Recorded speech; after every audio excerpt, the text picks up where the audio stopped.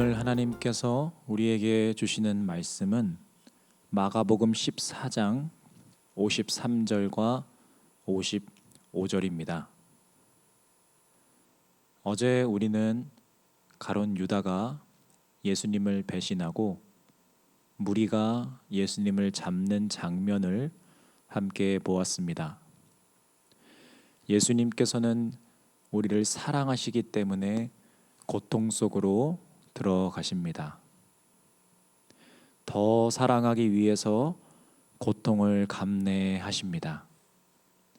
사순절 제18일을 보내는 여러분, 오늘도 우리를 사랑하는 이 예수님 안으로 들어가는 우리가 되기를 간절히 소망합니다.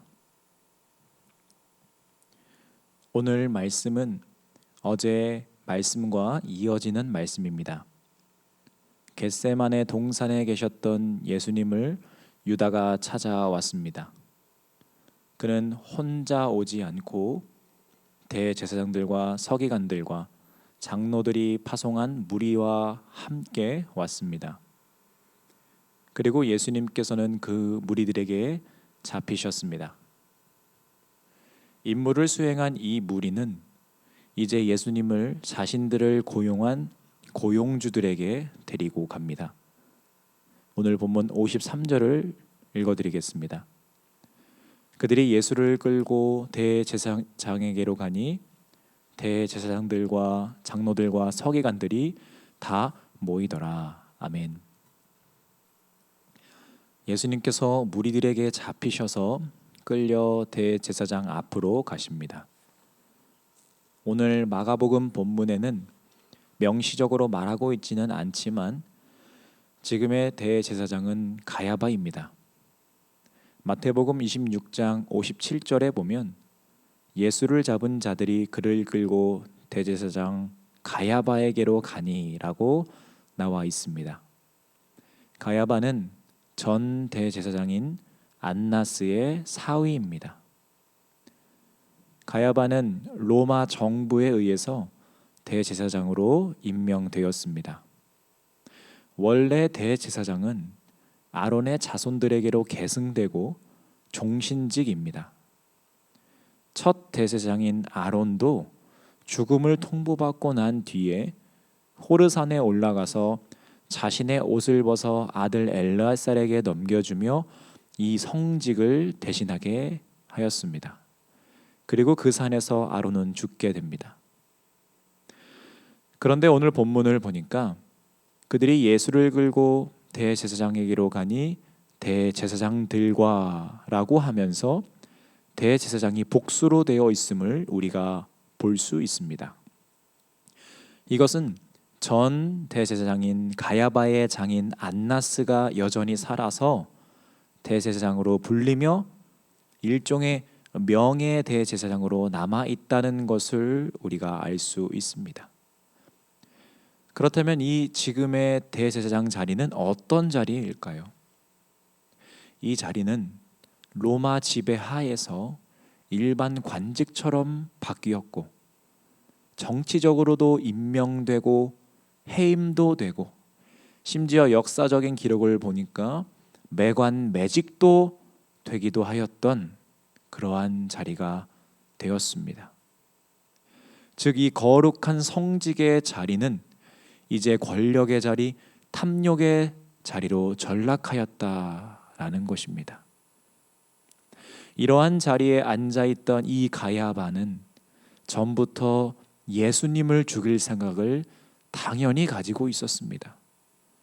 요한복음 11장을 보면 나사로를 살리신 예수님을 많은 사람들이 따르자 이 가야바는 산헤드린 공회를 소집하여 예수님을 죽일 것을 모의하였습니다. 이때부터 가야바는 그 기회를 노리고 있던 것입니다. 아마 이 외에도 대제사장 자리에 있었기 때문에 그 위치에 있었기 때문에 아래의 바리새인들을 통해 또는 자신의 그 정보원들을 통해 예수님의 소식을 계속 들었을 것이고 모아왔을 것입니다. 높은 권력의 위치에 있던 그는 예수님을 분명히 경계했을 것입니다. 자신의 위치를 위해서 그를 제거할 빌미를 만들려고 했을 것이고 계속 기회를 보았을 것입니다. 그리고 드디어 오늘 예수님의 12제자 중 하나인 가룟 유다를 통해 자신의 그 계획이 성공했음을 느낍니다. 자신의 앞에 그동안 죽이고 싶던 그 사람이 나보다 더 지지를 받고 나보다 더 유명하고 나보다 더 영향력을 끼치기에 제거하려는 그 사람이 놓여졌습니다. 그리고 그는 자신과 같은 마음을 가지고 있던 그 사람들을 마치 예정되어 있던 것 같이 불러 모읍니다. 그들이 예수를 끌고 대제사장에게로 가니 대제사장들과 장로들과 서기관들이 다 모이더라. 그들은 모두 한 자리를 차지한 사람들로서 함께 예수님을 죽이려고 마음을 합한 사람들입니다. 그들 앞에 예수님께서 끌려가신 것입니다. 이 53절 한 절에 대한 장면을 우리가 머릿속으로 그려본다면 한없이 약한 예수님의 모습을 떠올리게 됩니다. 여러분, 그동안 제자들에게 그리고 많은 사람들에게 보여진 예수님의 모습은 어떠했습니까? 멀리 갈 필요도 없이 이번 주일에 선포된 말씀을 떠올려 본다면 예수님께서는 참으로 크신 분이셨습니다. 제자들의 입장에서 스승이신 예수님은 담대함이 있으시고 누구에게도 기죽지 않은 그 당당함이 있는 그분이셨습니다. 주일 말씀 본문인 마태복음 21장을 보면 질문하는 대제사장과 바리새인들에게 기죽지 않으시고 그 권위에 밀리지 않으시고 예수님께서는 되려 질문을 하십니다. 그리고 비유까지 들으시며 하실 말씀을 끝까지 하시던 그런 스승이셨습니다. 그때 대제사장들과 바리새인들은 이 예수님의 비유를 듣고 자기들을 가리켜 말씀하신 줄 알았지만 무리들을 두려워하여 예수님을 잡지 못했습니다. 예수님은 참으로 멋지신 분이셨습니다. 그런데 오늘 마가복음 14장 53절에 예수님은 어떠하신가요? 상상해 본다면 겟세마네 동산에서 칼과 몽둥이를 들고 있는 무리들에게 제압당하시고 도망가지 못하게 두 손 두 발 다 묶이셨을 것입니다. 그리고 끌려가서 대제사장 앞에 무릎을 꿇으셨을 것입니다. 그리고 그곳으로 한 자리씩 차지하고 있는 검을 들인 대제사장들과 장로들과 서기관들이 와서 예수님을 아래로 깔보고 있을 것입니다. 고린도후서 13장 4절에 보면 이 예수님을 말하며 이렇게 표현합니다. 그리스도께서 약하심으로. 여러분, 그분은 강한 분이십니다. 그분은 능력이 있으시고 세상 어떠한 권세보다 높으신 권위의 하나님이십니다. 그런데 오늘 그분께서는 한없이 약한 모습을 우리들에게 말씀을 통해 보여주십니다. 여러분, 이 예수님의 모습을 오늘 외면하지 마시고 정확하게 바라보시기를 바랍니다.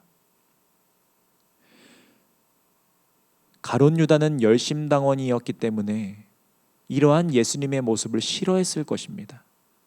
그래서 자신의 뜻대로 되지 않는, 자신의 기대대로 하지 않으신 그 모습을 보면서 실망하고 이내 배신했는지도 모릅니다. 또한 이외에도 14장 50절에 보면 모든 제자들이 다 예수님을 버리고 도망갔습니다. 심지어 그 베드로도 예수님과 멀찍이 떨어져 있습니다. 사랑하는 여러분, 오늘 이 말씀을 정확하게 바라보시길 바랍니다. 오늘 말씀은 우리들에게 참으로 약하고 약한 예수님의 모습도 정확하게 보여주고 있습니다. 지금 예수님께서 말씀을 통해 약한 그분의 모습을 우리에게 나타내 주시고 계십니다. 제가 한 사람을 사랑하면서 배우고 느낀 것이 하나 있습니다. 물론 이 말씀을 듣고 계신 여러분들께서는 저보다 더 크고 깊은 경험이 있으시기에 오늘 말씀이 더 이해가 되실 것입니다. 저는 이 말씀을 준비하면서 약한 예수님의 모습을 정확하게 보면서 경험에 비추어 깨달은 것이 하나 있습니다. 처음에는 그 사람의 멋지고 이쁜 모습이 너무나 좋았습니다. 그것으로 인해 그 사람에게 빠지게 되었고 또 사랑하게 되었습니다.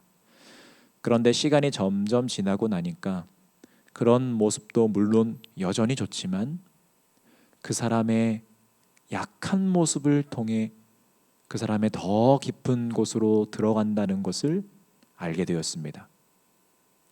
또한 저의 약한 모습이 드러날 때가 있는데 처음에는 부끄러웠지만 그 약함으로 인해 서로가 더 끈끈해지고 하나가 되어 간다는 것을 느꼈습니다.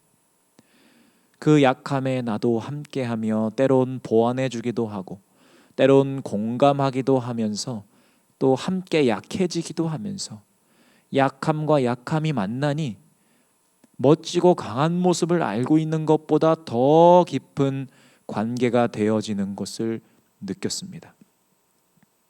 여러분, 오늘 예수님께서 우리들에게 약한 예수님의 모습을 드러내 주십니다. 제자들은 다 도망가고 그 모습에 외면하고 심지어 배신했지만 여러분은 이 약함에 오늘 응답하시기를 바랍니다. 오늘 약한 예수님의 모습을 확실히 바라보시고 오늘 하루를 살 때 이 예수님의 모습을 묵상해 보시기를 바랍니다. 왜 그분께서 약한 모습을 보이셨는지, 왜 이런 모습을 오늘 나에게 보여주시는지, 교회가 약해진 이 시대적 상황 속에서 왜 약한 모습을 보게 하시는지 묵상해 보시길 바랍니다. 여러분께서 묵상하실 때 성령님께서 함께 하셔서 이 예수님에 대한 더 깊은 이해로 우리 기독교에 대한 더 충만한 이해로 단편적으로만 알고 있던 것을 뛰어넘어 더 깊은 복음의 그 안으로 들어가게 하실 줄 믿습니다. 오늘 말씀에 이렇게 권위자들이 모였다는 것은 회의가 열렸다는 것과 같습니다. 55절을 제가 읽어드리겠습니다. 대제사장들과 온 공회가 예수를 죽이려고 그를 칠 증거를 찾되 얻지 못하니. 아멘. 55절에서 장로들과 서기관들을 묶고 이제는 공회라고 표현합니다. 사실 지금 공식적인 회합을 말하는 것은 아닙니다. 그들 사이에서 회의가, 재판이 열렸지만 문제는 지금 시간이 밤이라는 것입니다. 원래는 밤에 중요한 회의를 열 수가 없습니다. 심지어 한 사람의 죄를 찾아 죽이려는 그런 회의인데 더더욱 밤엔 그런 회의를 열 수가 없습니다. 그리고 안식일이나 축제일 혹은 기념일에는 법적 심리를 할 수가 없는데 이때는 유월절 기간이었습니다. 지금 이 유대의 위정자들은 그러한 것을 모르지 않았을 것입니다. 그런데 그 모든 것을 무시하고 그 모든 법을 무시하고 지금 불법적인 회의를 연 것입니다.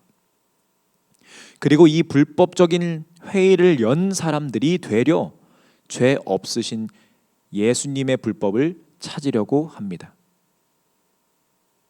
유대의 율법에 따라서 증거는 상황적인 증거를 넘어서 목격자의 확실한 증언이 있어야 했습니다. 또 법에 따라서 그 진실성이 정당하게 입증이 되어야만 했습니다. 말씀을 보니까 바로 그 증거를 찾지 못하였다고 합니다. 이것은 그들이 지금 증거의 법은 적용하고 있다는 것을 말합니다. 이들은 지금 불법적인 재판을 하고는 있지만 몇몇의 증거 법칙들은 그대로 적용하려고 했습니다. 말씀을 보는 우리들도 헷갈릴 정도로 이들은 지금 혼돈 그 자체입니다.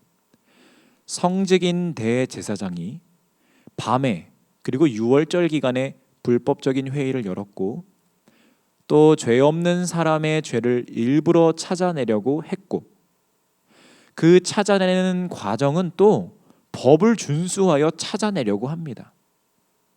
여러분, 얼마나 혼돈 속에 있는 그들입니까? 그리고 말씀을 자세히 보면 예수를 죽이려고 그를 칠 증거를 찾되라고 표현하고 있습니다. 증거를 가지고 죄인을 신문하려고 하는 것이 아니라 죽이려는 의도부터 세워놓고 그 증거를 찾고 있는 아주 혼란스러운 불법적인 재판을 그들이 지금 하고 있습니다. 여러분, 지금 이 혼돈과 무질서와 불법들 속에 누가 계십니까?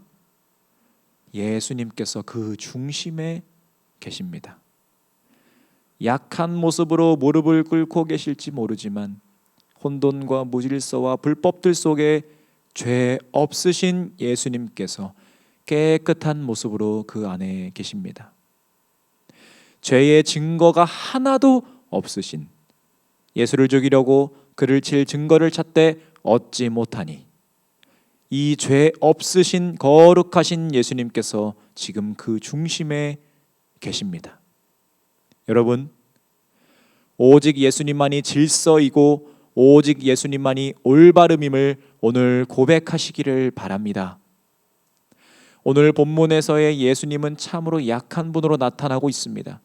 그분은 약해지셨습니다.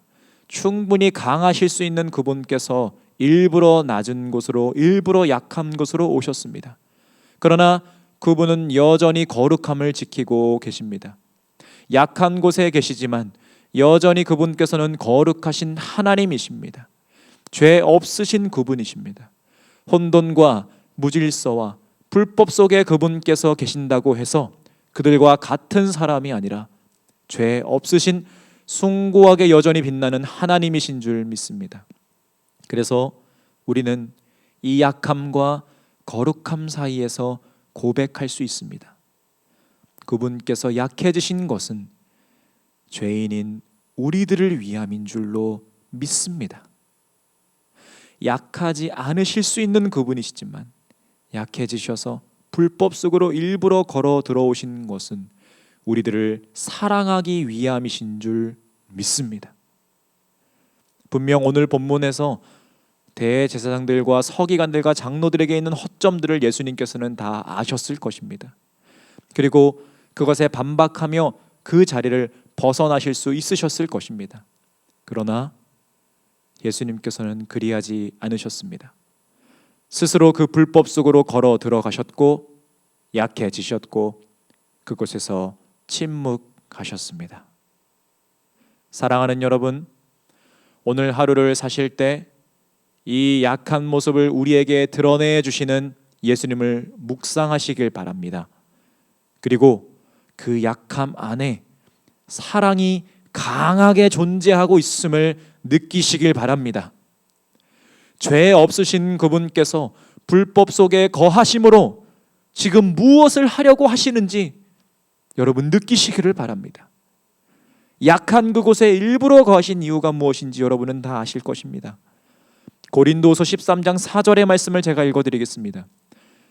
그리스도께서 약하심으로 십자가에 못 박히셨으나 하나님의 능력으로 살아계시니 우리도 그 안에서 약하나 너희에게 대하여 하나님의 능력으로 그와 함께 살리라. 아멘.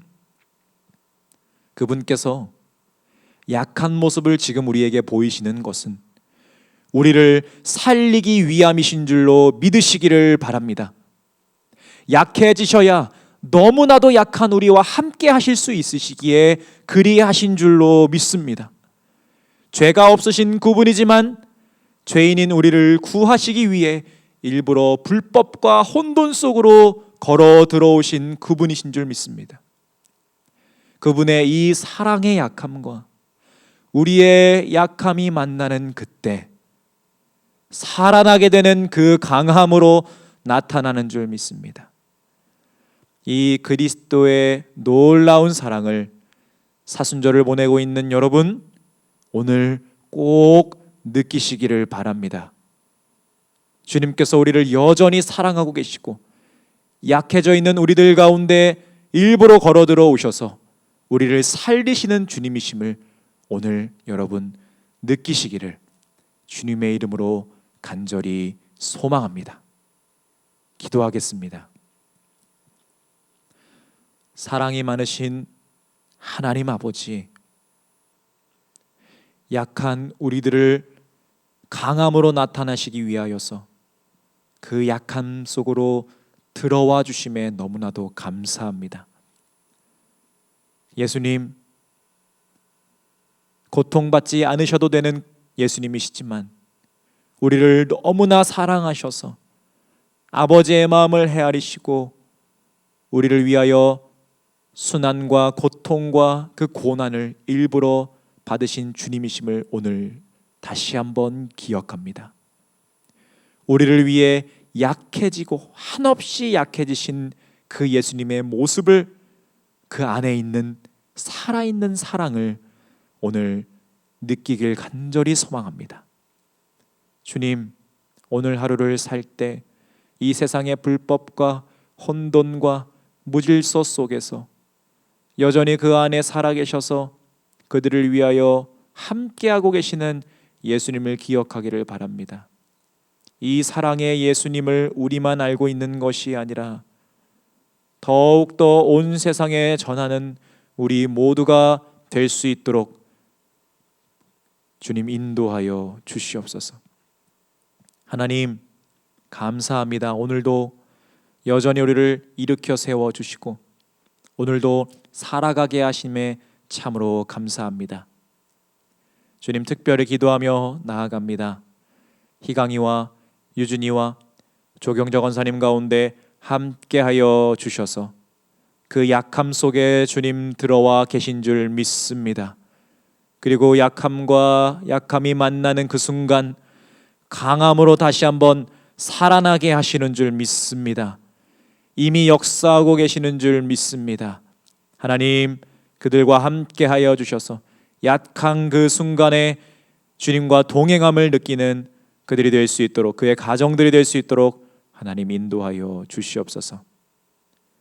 하나님, 오늘 하루를 살아가는 동안에 주님의 약함을 묵상하게 하시고 그 안에 진실된 사랑의 모습을 경험하는 오늘 하루가 되게 하여 주시옵소서.